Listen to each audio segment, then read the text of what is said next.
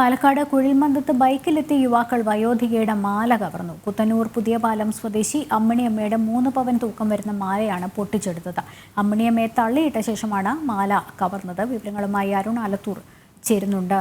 അരുൺ, ഇത്തരത്തിൽ മാല കവരുന്ന ഒരു മോഷണ രീതി പൊതുവെ നമ്മൾ കാണാറുള്ളതാണ്. ഇപ്പോൾ വയോധികയുടെ 3 പവൻ തൂക്കം വരുന്ന മാല ഇത്തരത്തിൽ മോഷ്ടാക്കൾ കവർന്ന സാഹചര്യം എന്താണ്? കൂടുതൽ വിവരങ്ങൾ.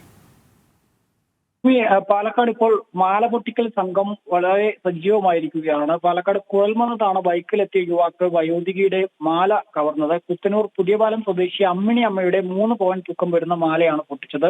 റോഡിൽ നിൽക്കുകയായിരുന്ന അമ്മിണി അമ്മയുടെ മാല ബൈക്കിലെത്തിയ യുവാക്കൾ പൊട്ടിക്കുകയായിരുന്നു. പക്ഷേ അമ്മിണിയമ്മ ബലമായി പിടിച്ചതിനാൽ യുവാവിന് മാല കിട്ടിയില്ല. തുടർന്ന് ഈ അമ്മിണിയമ്മയെ തള്ളിയിട്ടതിന് ശേഷമാണ് മാല കവർന്നത്. മാത്രമല്ല, ഇത് കണ്ട് പിന്തുടർന്ന് എത്തിയവരുടെ കണ്ണിൽ മുളക് പൊടി ഇട്ടു എന്നുള്ളതാണ്.